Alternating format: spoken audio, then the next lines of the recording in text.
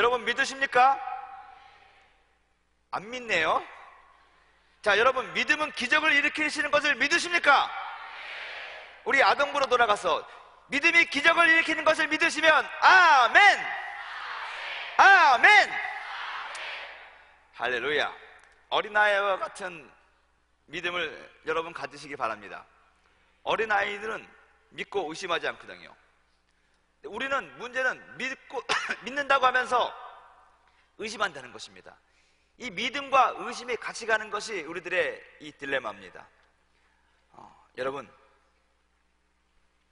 믿으면 의심하면 안 되는 것입니다. 믿음의 반대가 불신이잖아요. 근데 저는 불신이 아니라 의심이라고 저는 생각합니다. 의심이 결국 불신을 가져다 주는 것이고 믿음에서 우리를 끌어내리게 되는 것이거든요. 여러분, 믿으면 하나님이 우리를 부르신 우리들의 존재의 의미에 대해서 알게 됩니다. 제가 이렇게 한마디 할 때마다 아멘을 하시면 여러분들의 몸에 좋습니다. 다시 한번 시작합니다. 믿음은 우리의 부르심을 확인하게 합니다. 믿음은 우리를 주님의 보좌를 향해서 떠나게 하십니다. 믿음은 우리가 꿈을 꾸게 한다는 것입니다. 믿음은 주의 약속을 받게 합니다. 믿음은 우리가 하나님과 함께 한다는 것을 알게 합니다. 믿음은 율법을 지키게 합니다. 믿음은 주님의 능력을 체험하게 합니다. 믿음은 우리에게 열정을 가져다 줍니다. 믿음은 우리가 당하는 모든 환난과 고난을 이기게 합니다. 믿음은 우리로 하여금 결단하게 합니다. 믿음은 주님을 절대 신뢰하게 만듭니다. 믿음은 우리를 진정한 예배자로 만듭니다. 그리고 여러분, 오늘 믿음은 기적을 일으킵니다. 아멘. 여러분, 믿음은 기적을 일으키시는 것을 믿으시기 바랍니다. 오늘 성경 본문의 말씀이 마태복음 14장 22절에서 32절까지의 말씀입니다. 우리 다 같이 믿음으로 이 말씀을 합독하도록 하겠습니다. 예수께서 즉시 제자들을 재촉하사 자기가 무리를 보내는 동안에 배를 타고 앞서 건너편으로 가게 하시고 무리를 보내신 후에 기도하러 따로 산에 올라가시니라. 저물매 거기 혼자 계시더니 배가 이미 육지에서 술이나 떠나서 바람이 거스름으로 물결로 말미암아 고난을 당하더라. 밤 사경에 예수께서 바다 위로 걸어서 제자들에게 오시니 제자들이 그가 바다 위로 걸어오심을 보고 놀라 유령이라 하며 무서워하여 소리 지르거늘 예수께서 즉시 이르시되 안심하라 나니 두려워하지 말라.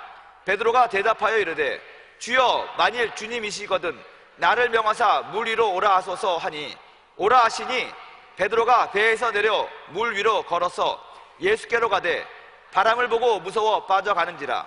소리질러 이르되 주여 나를 구원하소서 하니 예수께서 즉시 손을 내밀어 그를 붙잡으시며 이르시되 믿음이 작은 자여 왜 의심하였느냐 하시고 배에 함께 오르매 바람이 그치는지라.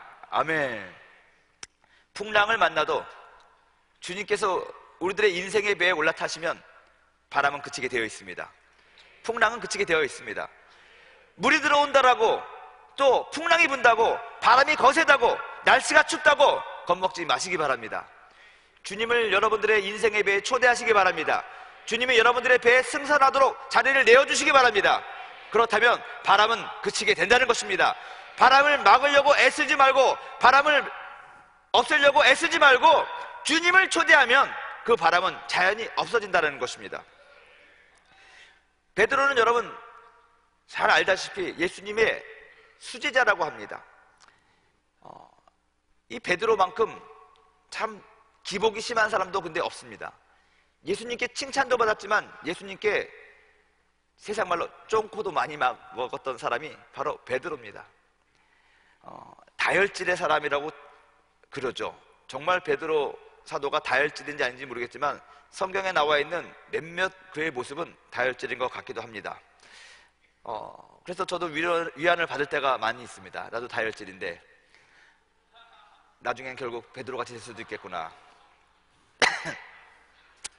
정말 드라마틱한 인생을 살았던 또 드라마틱하게 예수님을 따랐던 사람 베드로.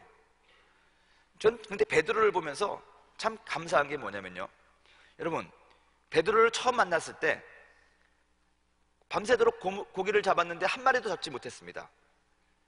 근데 예수님이 베드로의 배에 오르시죠. 얼떨결에 예수님에 대해서, 예수님의 말씀을 들은 베드로, 갑자기 예수님께서 깊은 데로 가서 그물을 내려라 하니 그가 정말로 화끈하게, 주여, 내가 밤이 맞도록 그물질을 했지만 한 마리도 잡지 못했습니다. 그 말에는 여러 가지 뜻이 있는 것입니다. 내가 이 갈릴리 호수에서 반평생을 고기를 잡으면서 고기 잡는 거에 도사인데 지금 이 시간에 이른 새벽에 아침에 깊은 데 고기가 있을 리도 없지만은 그래도 당신의 말씀에 의지하여 그물을 내립니다 하고 다시 배를 저어서 깊은 데로 간 것입니다. 그리고 그물을 내렸더니 그물이 찢어질 정도로 배가 많이 잡혔습니다. 기적이죠. 정말로 기적 앞에서 베드로는 주님 앞에 무릎을 꿇습니다. 그리고 더 중요한 거는 어부가 만선이 됐는데 만선된 것을 내버려 두고 주님을 따랐다는 것입니다. 이러한 화끈함이 주님께서 베드로를 신뢰하던 그런 요인이 아니었나 저는 개인적으로 한번 생각을 해봅니다. 그럼에도 불구하고 이 베드로는 또 실수도 많이 합니다. 주님한테 감동을 준 사람도 베드로입니다. 너희는 나를 누구라 하느냐? 주는 그리스도시요 살아계신 하나님의 아들입니다. 와, 그 말씀에 예수님께서 감동받으셔서 바요나 시몬아 내가 복이 있도다, 이를 내게 알게 하신 것은 성령이 하신 것이다. 제가 이걸 인간적으로 생각해 보니까 참 베드로도 얼마나 그동안 신뢰를 못 얻었으면, 네가 그렇게 나를 감동시킨 고백을 했지만 그건 네 안에 있는 성령이 한 것이지 네가 한 거 아니다. 어떻게 보면 베드로는 완전 무시죠, 계속. 그럼에도 불구하고 베드로의 그 신앙 고백 위에 예수님께서 교회를 세우신다고 했습니다.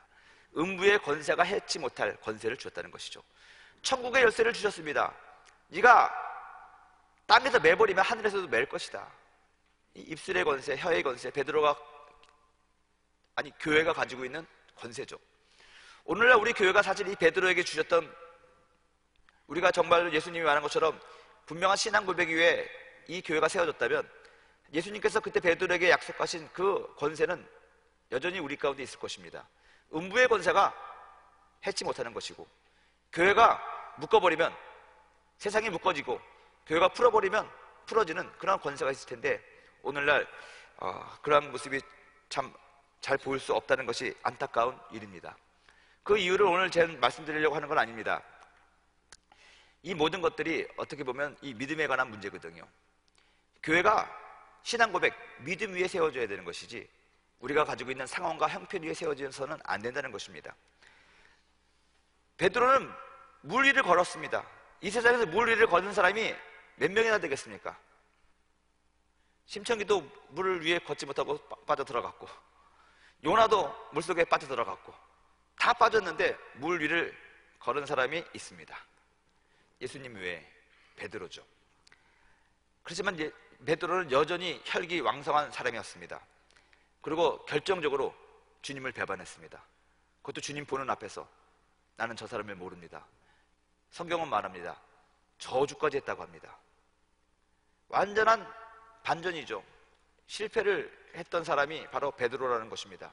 그전에는 엄청난 혈기 부려가지고 예수님을 잡으러 온 사람을 칼로 쳐가지고 말고의 귀를 자르기도 하고, 또 예수님한테 이런 위대한 신앙 고백을 했지만 또 정신없는 소리를 해가지고 예수님한테 핀잔을 받기도 했습니다.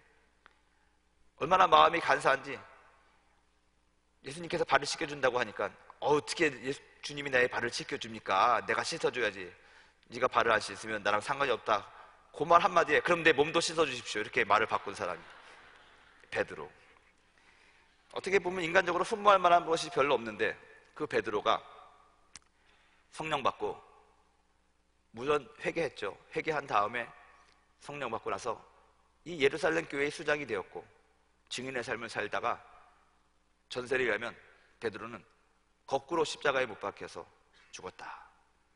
유명한 영화 코바디스에도 보면은 그 베드로 얘기 아닙니까? 이 베드로는 이러한 드라마틱한 삶을 살면서 예수님을 섬겼던 사람 중에 하나라는 것입니다. 근데 이 베드로의 인생을 보면서 믿음의 삶이 어쩌면 이런 것이 아닌가라는 생각을 합니다.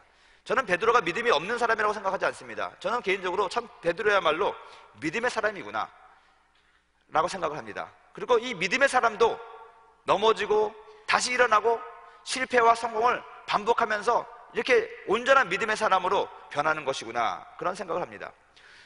믿음의 삶을 산다는 것이 무엇입니까?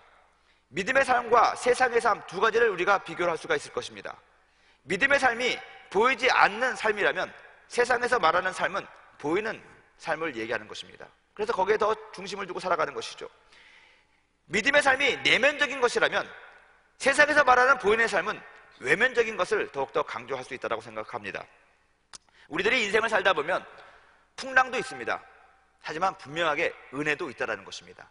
그리고 여러분, 풍랑이 있기 때문에 상대적으로 은혜도 있는 거라고 저는 생각합니다.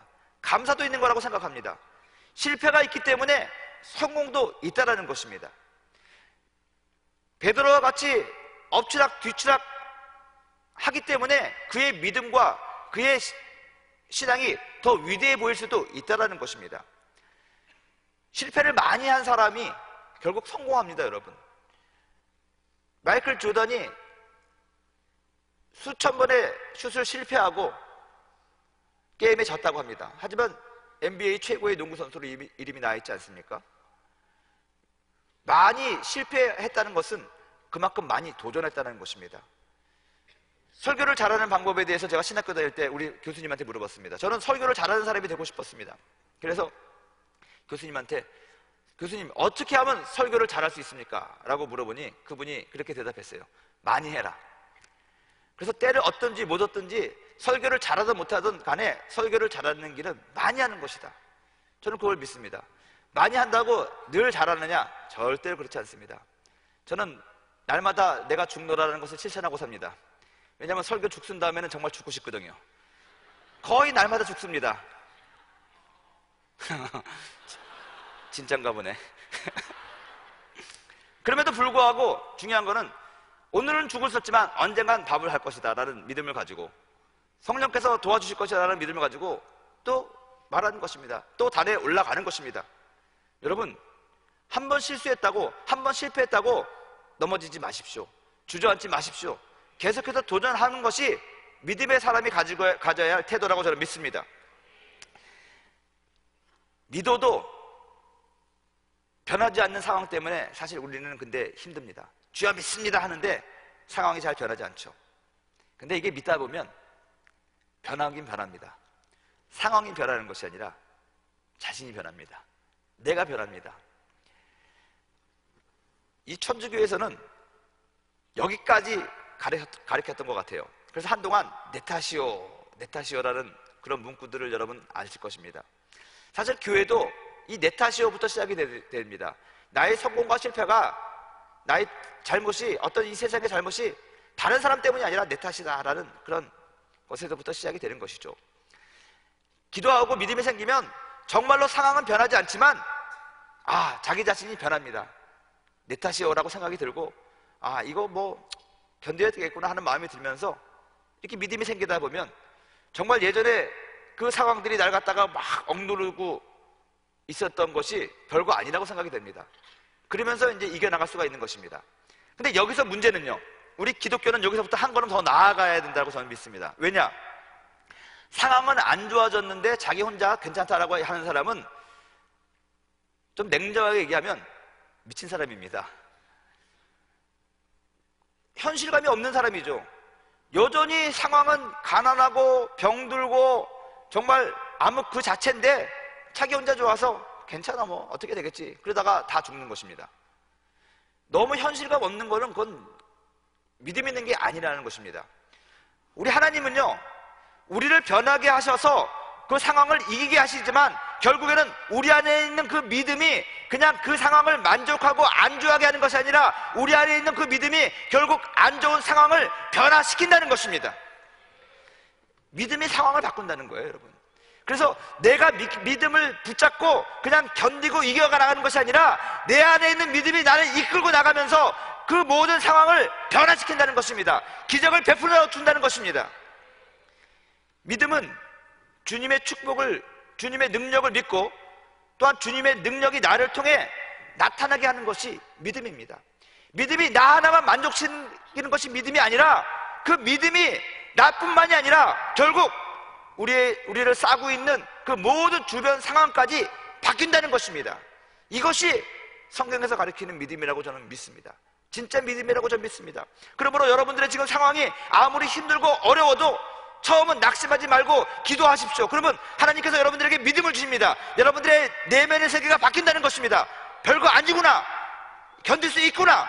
그럼에도 불구하고 상황은 변하지 않지만 결국 어떻게 됐느냐, 잠시 후에 여러분들 안에 있는 그 긍정적이고 그 믿음들이 능력을 발휘해서 여러분들을 감싸고 있는 그 안 좋은 상황을 선으로 바꾼다는 것입니다. 축복으로 바꾼다는 것입니다. 여러분, 하나님께서 아브라함을 믿음의 조상으로 만드셨는데 아브라함을 축복하시다 복의 근원 삼으시고 축복의 통로 삼으셨어요. 우리 안에 있는 그 믿음이 우리들의 주변을 결국 축복의 상황으로 만든다는 것입니다. 그리고 축복의 상황으로 만들어진 그것이 세상으로 흘러간다는 것입니다. 그래서 그 축복을 받는 사람들이 우리들의 영향을 받는다는 것이죠. 우리들은 이 세상 살아가는데 평지보다 벼랑 끝을 걸어가는 경우가 훨씬 더 많습니다. 그러면서 늘 마음이 조마조마하죠. 그래서 평안하다 해도 우리는 늘 걱정하고 걱정합니다. 왜냐? 그 평안이 보장되지가 않았어요. 언제 또 풍랑이 일지 모르고 언제 바닥으로 곤두박질지 모르니까 우리는 항상 긴장 속에서, 염려와 걱정 속에서 살아갑니다. 저희 어머님은요, 걱정의 대여왕이에요. 그래서 제가 처음에 네팔에 간다고 했을 때 걱정합니다. 어떻게 네팔에 가냐고. 네팔에는 선교사도 없다고 그러고 예수 믿는 사람도 없다고 그러고 네팔에 한 번도 가보지도 못했으면서 너 네팔 말도 하나도 못하면서 어떻게 네팔은 그렇게 후진국이라고 하면서 걱정을 있는 대로 합니다. 그래서 내가 걱정하지 말라고 그리고 갔습니다. 그리고 거기서 한 10년 되니까 거기서 참 잘 살고 어느 정도 정착이 되고 참 좋거든요. 그러고 나서 이제 우리 교회가 다 자립자치자전했으니까 이제 넘기고 나도 소신을 가지고 이제 미국으로 유학을 하겠다, 떠나겠다 하니까 네팔과 미국은 천국과 지옥입니다. 진짜로. 이 생활 수준이라든가 이것이 완전히 하늘과 땅 차이인데 세상에서 가장 살기 좋은 나라를 미국이라고 그랬잖아요. 옛날에 미제 하면 얼마나 알아줬습니까? 지금도 여러분 미국 가고 싶어하는 사람도 많잖아요. 근데 네팔같이 어떻게 보면 경제적으로 낙후된 지역에서 미국으로 가는 거는 축복 아닙니까? 어떻게 보면. 근데 우리 어머니는 또 걱정합니다. 야, 그 네팔을 떠나서 미국 가서 얼마나 고생하려고, 미국이 좋은데 아니랬는데 또 걱정합니다. 그래서 아니 어머니, 옛날에 네팔 갈 때는 또 미국에 가서 공부를 하지 왜 네팔 같은 데 가냐고 하더니 이제 어머니 소원대로 미국 가가지고 공부하겠다는데 왜 이렇게 걱정하냐고 그랬더니 아니 그래도 그렇지 그 네팔에서 그렇게 잘 해놨는데 오냐고. 미국에서 이제 있을 때 또 나름대로 정착을 잘 하다가 한국에 오게 됐습니다. 우리 어머니 또 걱정하는 거예요. 아니 미국에서 애 키우고 애들 한국말도 못하고 미국 잘 됐는데 왜 한국에 와가지고 한국에 일할 데가 어디 있다고 뭐 하고 여의도 순복음교회가 너 말고 목사가 없냐 왜 그러냐 너 오지 못하게 해라. 그래가지고 또 걱정하시고 또 왔어요. 또 왔더니 또 여기서 잘 적응하고 있다가 갑자기 작년에 부산에, 재작년이죠, 부산에 담임 목사로 내려가게 됐어요. 그랬더니 우리 어머니 또 걱정. 아이고 부산에 연고도 없고 거기 거기가 제2의 도시라고 하지만 아이고 여기서 이제 자리 잡고 대교구장하고 국장도 하고 막 그럴 텐데 아이고 무심하지 뭐 막 사람들 원망하고 아이고 너 어떻게 됐냐 막 너 누구한테 잘못 보였냐부터 시작해가지고 또 걱정해요. 그래서 걱정하지 말라고 좀 부산에서 그래서 열심히 또 했습니다. 그러다 갑자기 청룡장을 오게 됐어요. 그래가지고 저는 또 오른다고 그러니까 또 우리 어머니 아이고 거기 평생 거기 담임 목사직을 누리고 근데 걱정하려고 작정을 했으니까 모든 범사에 걱정을 하는 겁니다. 여러분 근데 우리들의 삶이 그렇습니다. 여러분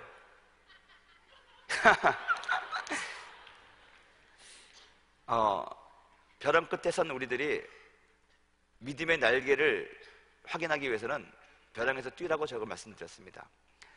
내려놓는 훈련이 있어야 된다는 거예요. 정말로 내려놓으면, 내가 잡고 있는 거, 끝까지 고수하고 있는 거 내려놓으면 하나님이 그걸 다 책임져 주시고 합력할 선을 이루시는데, 우리는 그 끝까지 기대고 붙잡고 있는 것을 내려놓지를 못하기 때문에 걱정이 떠나지를 않는 것이거든요. 한번 얘기를 했던 것 같은데, 제가 선교사로 있을 때 우리 아들이, 그 아들이랑 있었던 일을 통해서 제가 아주 그 내려놓음에 대해서 난 좀 새롭게 좀 깨달은 게 있습니다. 뭐냐면, 그 아이가 조그만 했을 때인데 초등학교 한 1, 2학년 정도 했을 것입니다. 이 선교대에 와가지고 이제 쇼핑을 하러 갔는데, 얘가 그 당시에 유행하던 것이 스타워즈에서 나오는 제다이 칼, 그래서 쫙 하면 쫙 나오는 거 있죠? 불이 쫙 보이고, 그 칼을 이제 고른 거예요. 그래서 그거 사줄 수 있겠다고 사준다고 그랬더니 2개 사달래요. 왜? 은성이 친구랑 같이 해야 된다고. 그래서 걔 친구 것까지 제가 사줬습니다. 근데 문제는 이제 그걸 가지고 그 매장에서 막 있다가 계산대를 통과하려고 하는데 거기서 이제 문제가 생긴 것입니다. 그 당시만 해도 이렇게 권총 같은 걸로 해가지고 요새는 다 찍어주잖아요. 거기는 그런 게 없었어요. 일단은 계산대 위에 올려놔야지 그 언니가 그걸 갖다 이렇게 틱 찍어가지고 주는데, 우리 아들이 상현아 이거 좀 내려놔라 그랬더니 안 넣는 거예요. 내 거야 그러는 거예요. 그래서 네 거 맞아, 아빠가 사준 거야. 그러면 내려놔봐. 그러면 누나가 저걸 찍고 너한테 줄게 그랬더니 싫다는 거예요. 뒤에 줄 쫙 서 있는데 사람들. 점점 제가 또 다혈질이라고 그랬잖아요. 힘들었습니다. 주변을 봤습니다. 혹시 나를 알아보는 사람이 있나.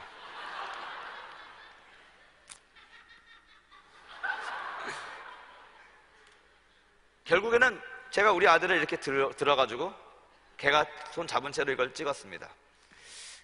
제가 그때 그 일을 겪은 다음에 그런 생각을 했습니다. 내려놓는다는 게 이런 것이 아닌가. 나는 내 거야 하고 잡고 있지만 매장 안에서 잡고 있으면 그게 내 겁니까? 아직까지 매장 주인 겁니다. 하지만 계산대에서 값을 치르고 계산대를 빠져나오면 그 물건은 온전하게 내 것이 되는 것입니다. 하나님께서 우리들을 보고 재물도 명예도 능력도 우리가 잡고 있고 기대하고 있는 것들 내려놓으라고 하는데, 어디서 내려놓으라고 하느냐? 계산대 위에서 내려놓으라고 하는 것입니다.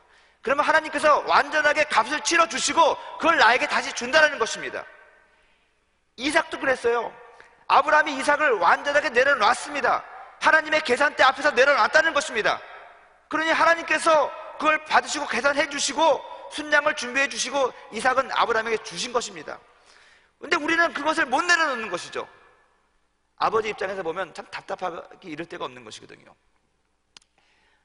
말은 쉽지만 참 우리들의 삶 가운데서 이걸 내려놓는 것이 어렵습니다. 제가 이 네팔에서 목회를 하면서 교회 건축을 시작을 했는데, 교회 건축을 시작하기 전부터 이제 일이 좀 있었습니다. 제 제자가 사고를 크게 당해가지고 거의 2년을 병원에서 있었습니다. 수술을 20번을 넘게 했습니다. 트럭이 2번 지나다녀가지고 완전히 사지가 다 망가지고 막 그랬죠. 근데 그 친구 정말 하나님이 살려주셨거든요. 기적이었습니다. 모든 사람이 기적이라고 그랬습니다. 근데 문제는요, 기적 이후에 일어난 일들입니다. 하나님께서 기적을 베푸셔서 그 큰 트럭에 깔고 지나갔는데도 불구하고 팔다리도 하나도 안 자르고 지금 다리에 절기는 하지만 그래도 멀쩡하게 잘 지내고 있거든요. 근데 그가 살아나서 회복하는 기간이 한 2년 걸리는데 긴 병에 장사가 없다고요. 그 친구를 수발하는데 너무너무 힘들었습니다. 성도들이 시험 들고 교회는 갈라지고 관계는 깨어지고 한 300명 되던 성도들이 70명으로 줄었습니다. 추락하는 새는 날개가 없다고요. 한번 이게 일이 꼬이기 시작하니까 점점 막 급속도로 일이 안 되는 것입니다. 거기에다가 고발 나오고 선교사 회에서도 문제가 있고 본국에서도 어쩌고 저쩌고 막 얘기가 있고 막 그랬습니다. 또 저도 그때는 너무 다혈질이라서 선교대에 나와가지고 하고 싶은 말 다 했습니다. 사람들한테 좋은 말도 하고 이렇게 도와달라고 또 하고 이렇게 해야 되는데, 도와주고 싶으면 도와주고, 당신들이 하나님이 믿고 도와주는 거지 내가 당신들 앞에 그래? 그리고 막 어떤 데 가서는 하나님 눈 가지고 생색내지 말라고 막 그러니까는 누가 나에게 도와주겠습니까? 한 달 동안 모금 활동 다녔는데 빚만 주고 들어가고 그랬습니다. 정말로 하여튼 일이 꼬이려니까 다 꼬였는데 더 중요한 거는 제 성질 때문에 꼬인 것도 많고 일이 정말 어려서 꼬인 것도 많고 그런데 그 와중에 또 교회 건축하게 되고 건축하면서부터는 더 힘들었습니다. 4년 반 정도를 네팔에서 힘들게 지냈던 것 같아요. 만 10년을 있었는데 처음에 갔을 때 언어 배우고 사역 시작하면서 한 2년 고생했습니다. 2년 고생하고 교회를 했다가 교회를 문 닫았습니다. 3년 만에 교회를 문 닫고 다시 시작한 교회가 지금 RTS 순복음교회입니다. 여러분, 내가 개척한 교회를 만 2년 후에 성도들한테 다 좋은 교회로 가시고 이제 교회 예배 없습니다라고 얘기할 때 얼마나 마음이 그랬습니까? 그래서 마음고생도 심하고 여러 가지 어려웠습니다. 그러다가 한 1년 정도 좋았습니다. 부흥이 있고 그러다가 사고 이후에 또다시 이 나락을 치는 것입니다. 제가 가만히 보니까 만 10년 가운데 한 6년을 늘 고생하고 힘들고 우리 고난이 나를 떠나지 않았던 것 같습니다. 그래서 혈기가 나고 스트레스가 받고 고혈압이 오고 그랬습니다. 이런 와중에서도 하나님한테 제가 기도했습니다. 난 믿습니다. 근데 믿어도 상황은 변하지 않았습니다. 정말 변하지 않았습니다. 나중에는 성도들이 다 뿔뿔이 흩어지고 가족관계도 깨어지고 선교사들 간의 관계도 깨어지고 우리 여의도랑 본국과의 관계도 깨어지고 그러니 정말로 이 사람이 비참해도 이런 비참함이 없고 그랬습니다. 그럼에도 불구하고 그때 제가 끝까지 놓지 않고 있었던 것이 뭐냐, 나는 선교사다, 그겁니다. 선교사로서의 자존심은 난 지킨다. 남한테 나는 그래서 절대로 고개를 숙이지 않을 것이다. 아파도 아프다고 그러지 않을 것이고 힘들어도 힘들다고 하지 않을 것이고 절대 긍정, 절대 감사로 나갈 것이다. 그래서 감사하지 않지만 절대 감사, 절대 긍정 했는데 지금 생각해보면 그건 믿음이 아니라 똥꼬집이었습니다. 죽어도 그거는 내가 놓지 않겠다는 것이죠. 제가 선교사로 나갈 때 우리 동생이 시집 간다고 하면서 혼수를 많이 해갔습니다. 그러면서 우리 부모님이라든가 다른 분들이 저한테 하나도 도와주지 않았어요. 그래도 아들이 선교사 가는데 어떻게 하나도 재정적으로 도와주지도 않고 그랬나. 그때 좀 섭섭했는데 살면서 다 극복했다고 믿거든요. 근데 정말로 이 극에 다른 고통이 있으니까 우리 부모님한테도 제 동생들한테도 내가 이렇게 사는 건 다 너네들 때문이야.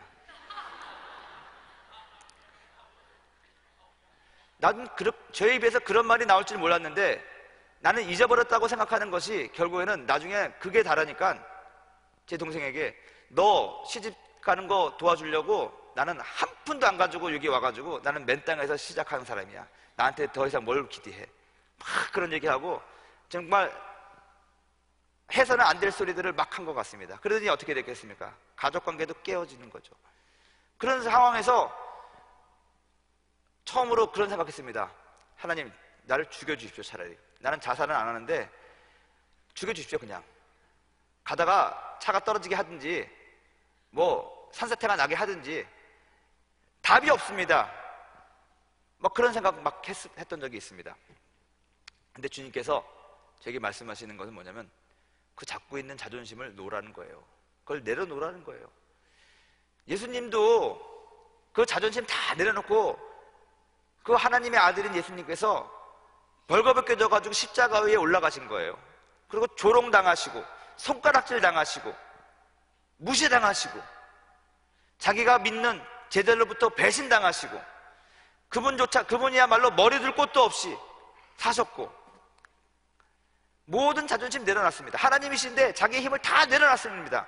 나는 아무것도 아닙니다. 그리고 다시 부활하셨죠. 성령께서 주시는 능력으로.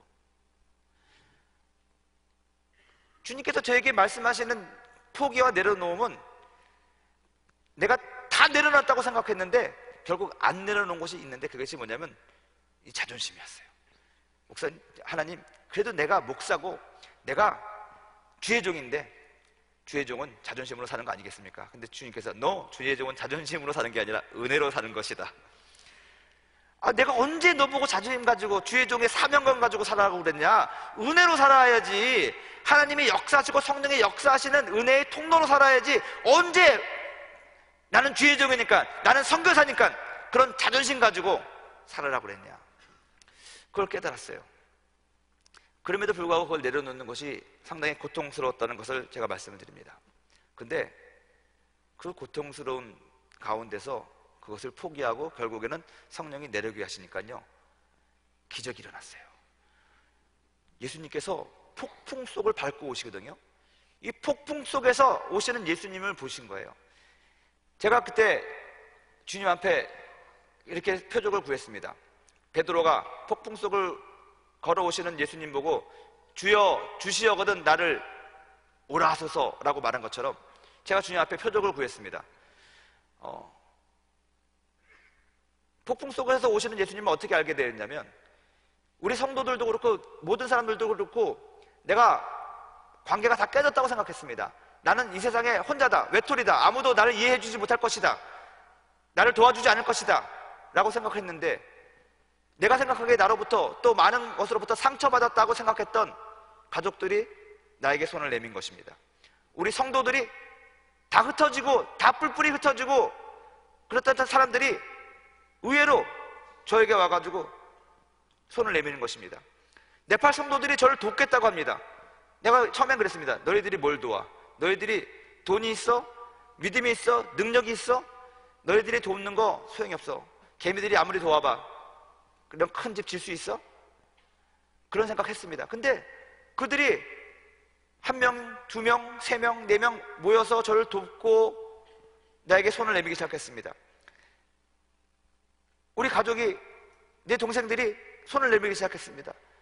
교회에서 우리 권사님들, 집사님들이 손을 내밀기 시작했습니다. 저는 그것을 보고 저게 혹시 내 상황의 폭풍 가운데서 걸어오시는 하나님의 음성이 아닌가 생각을 하게 되었습니다. 그리고 주님 앞에 기도했습니다. 주님, 저분들이 나에게 내 손을 잡으라고 날 도와주겠다고 하는데 그것이 정말 주님이라면 나도 베드로와 같이 오라고 하십시오. 내가 걸어가겠습니다. 표적을 보여주십시오. 어떤 표적? 제가 가장 자신 없는 것을 주님 앞에 구했습니다. 난 어디 가서 누가 말을 하라고 그러면 말 잘하는데 기적을 행하라고 하면, 병을 고치라고 하면 정말 자신이 없었습니다. 신유기도 하지 않았습니다. 왜 그런 줄 아십니까? 창피해서요. 신유기도 했는데 안 나면 얼마나 창피합니까? 저는 머리가 너무 빨리 돌아가서 내가 신유기도 했는데, 내가 방언을 위해서 기도했는데 이 사람이 방언을 못하든지 이 사람이 병이 안 나오면 막 창피해서 아예 도망갈 구실을 딱 마련해 놉니다. 하나님의 때가 있습니다. 항상 전제를 깔죠. 하나님은 합력할 선을 이루니까 언젠가는 됩니다. 끝까지 하십시오. 지금 안 돼도 상관이 없습니다. 그런 말을 항상 합니다. 왜냐? 빠져나갈 길을 생각해 둔 겁니다. 하나님을 전적으로 신뢰하지 않은 거죠. 아직도 내가 그거 해가지고 능력이 안 일어나면 망신당하잖아요. 하나님 망신인데 난 내 망신이라고 생각했던 거죠. 그래서 네팔에서 사역하면서도 그런 것이 요구가 있을 때도 잘 하지 않았습니다.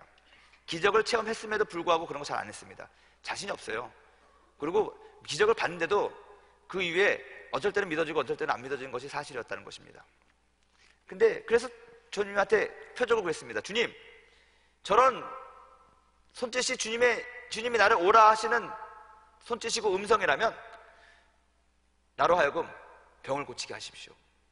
기도하면 그 자리에서 병이 낫게 하여 주옵소서. 집에 가서가 아니라 그 자리에서 낫게 하여 주시옵소서. 기적을 베풀어 주시옵소서. 절대로 되지 않는 일들이 이루어지게 하여 주시옵소서. 그것이 우리 공동체에서 이루어진다면 주님, 내가 무리를 걸어가는 것입니다. 그리고 그 다음날 새벽에 성도들 한 10~12명밖에 없는데 정말로 말이 여기까지 나왔는데도 불구하고 할까 말까 고민하다가 말 못해가지고 기도를 시켰습니다. 일단 기도시키고, 기도 끝나고 나서도 계속해서 그 말이 들어오는데 그 말씀 찾아보자. 자, 말씀도 생각이 안 나요. 일단 그 말을 해야 될 것 같은데 시간을 질질 끌다가 하루가 지났습니다. 그리고 하루를 좌불안석한 마음으로 지냈습니다. 그리고 그 다음날도 결국 말을 못했습니다. 왜냐하면 이거 말했다가 괜히 이거 망신당하면 안 되니까. 3일째 되는 날 결국 나도 모르게 얘기를 했습니다. 입산 독수리가 돼가지고. 그 말 하지만 안 되는데 갑자기 설교하다 나도 모르게 튀어나와 버렸습니다. 그리고 말하면서도 내가 놀랐습니다. 내가 지금 무슨 말 하는 거야? 제정신이야 이거? 어떤 말 했냐?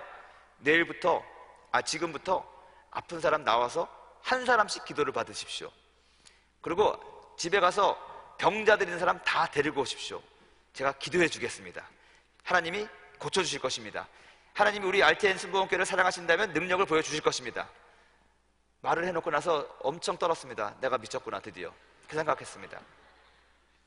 그리고 기도했는데 아무 일도 안 일어났습니다. 근데 의외로 사람들이 실망하고 뭐야 이거 그럴 것 같았는데 한 명도 시험에 들지 않고 그 다음날 더 많은 사람들을 데리고 와가지고 저에게 기도를 받는 것입니다. 그리고 얘기했습니다. 목사님 좀 난 것 같아요. 목사님 좀 난 것 같아요. 그러는 거예요. 그리고 나는 그랬습니다. 너네들이 나를 위로하는구나. 근데 저 사람들이 나를 위로하는 것 같았지만 말은 그렇겠지만 속에서부터 나에게 믿음이 점점 생기기 시작했습니다. 진짜 고쳐졌나 보다. 진짜 기적이 일어나나 보다. 그 다음부터는 더 자신 있게 기도하기 시작했습니다. 그 다음부터 기도하면은 병이 안 나면 물어봤습니다. 왜 병이 안 나냐고. 당신이 뭔데 예수님이 병을 고친다고 했는데 왜 안 나냐고. 방언 준다고 했는데 왜 방언 안 하냐고. 그건 네 잘못이라고. 회개하고 빨리 방언하라고. 방언해요. 병이 고쳐져요. 우리 RTN 순복음교회는 그것으로 인하여 부흥했습니다. 성도들이 구름과 같이 빠져나갔지만 순식간에 회복이 되어서 헌당할 때는 엄청난 사람의 숫자가 와서 주님을 찬양하고 경배했던 것을 고백합니다. 우리가 가지고 있는 그 자존심 내려놔야 될 것, 자존심이든 재물이든 뭐든지 간에 그것을 온전하게 내려놓고 주님 앞에 맡겨드리면 주님께서 회복시켜 주신다는 것입니다.